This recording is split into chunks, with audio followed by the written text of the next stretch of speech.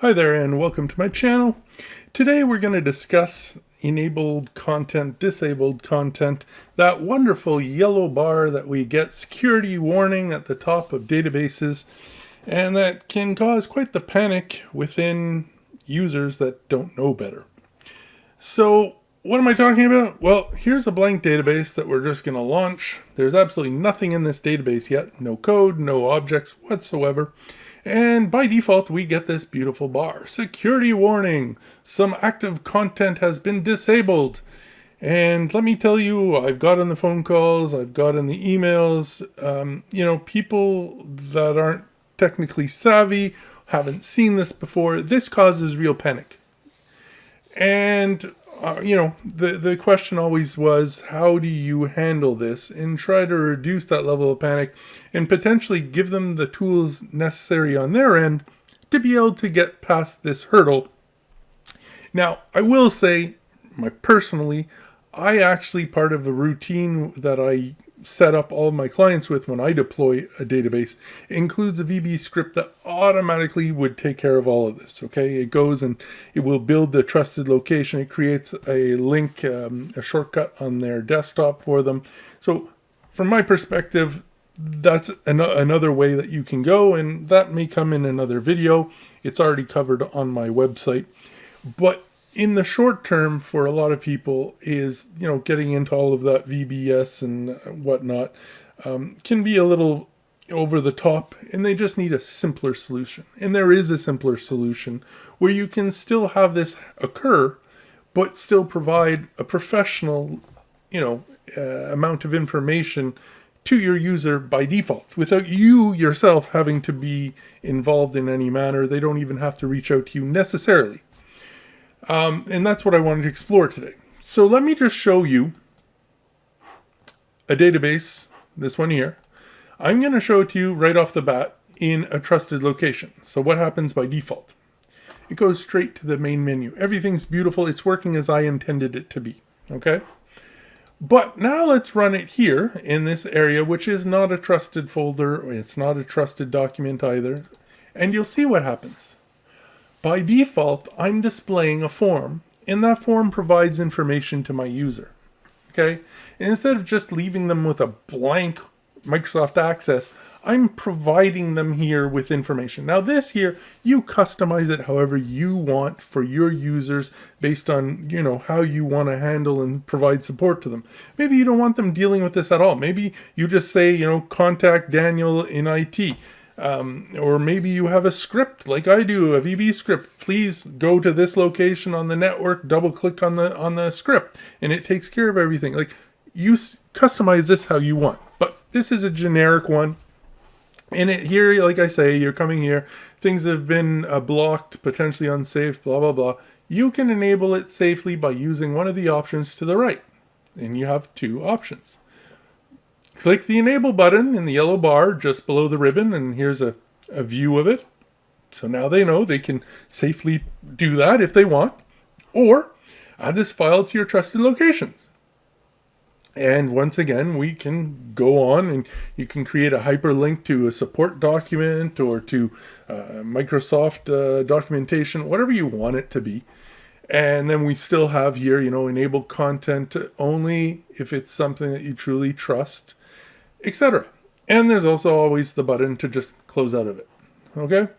So this is a much more professional way of going about it if you're not in a position to automatically create the trusted location. Now, how is this all done? How is it that when I run it from my trusted location, I'm still getting ultimately the result I want without the user ever seeing that? But yet, when I'm not in a trusted location, they're getting the information that I want to provide to them.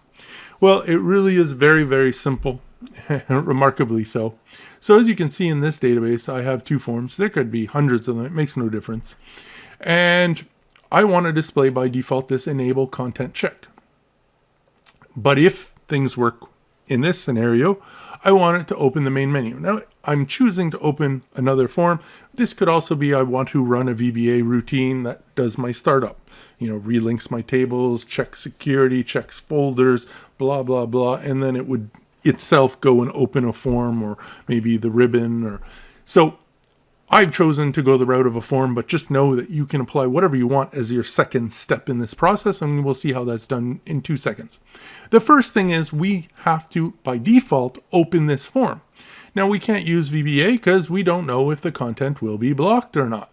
So the way to do this is to use Microsoft Access's properties, built-in properties, for a startup form, or in the GUI, under current database, they call it a display form.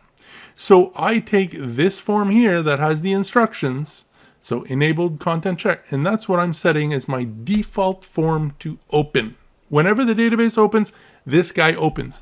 And because it's a property, because it's part natively, it's embedded part of Access now, I've added that property, I don't have to code anything. It will automatically be opened, regardless if the content is enabled or not. So this opens in every case. Now, the trick is we don't want it displayed necessarily to users when its content is enabled. Well, how do we do that then? Well, in design mode, you'll see I'm using the onOpen event of this form to come and run my code, which is close the current form. Oh, let me bring the VBA over to you so you can see. I'm using the form open, and I'm starting off by closing the current form. And then the second step is open my main menu. Now this here, obviously, you could be call procedure ... you know.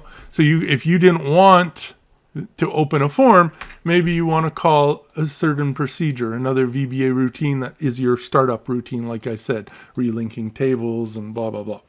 But for our needs, I'm opening another form. So what happens? The database opens. The content is disabled.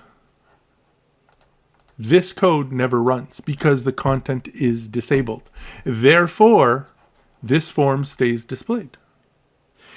In the case where it has been enabled as a trusted location, it's been a trusted document, well then it's going to display this form for a fraction millisecond. And because the code runs, well then now it runs this, it will instantaneously close it and open the form that I want open, which is my main menu. So that's literally it. We're using this problem to our advantage to give the user the information they need if it isn't already enabled. And if it is enabled, well then it just shuts it down automatically and goes and does the second step, which would be launch my main menu, launch my startup routine. And that's it. It's that simple. And now you're able to display to your users, you know, a message that will give them some information, whatever information you want that to be, or it just simply opens the database and they never even see this pop up. It's so fast, and it goes straight on to the next step in your process, whatever it may be. So now you're in a position to provide a professional level of support right off the bat without even having to do anything. They don't have to reach out to you, and they now know they can enable it or not. They can create a trusted location. They could contact you.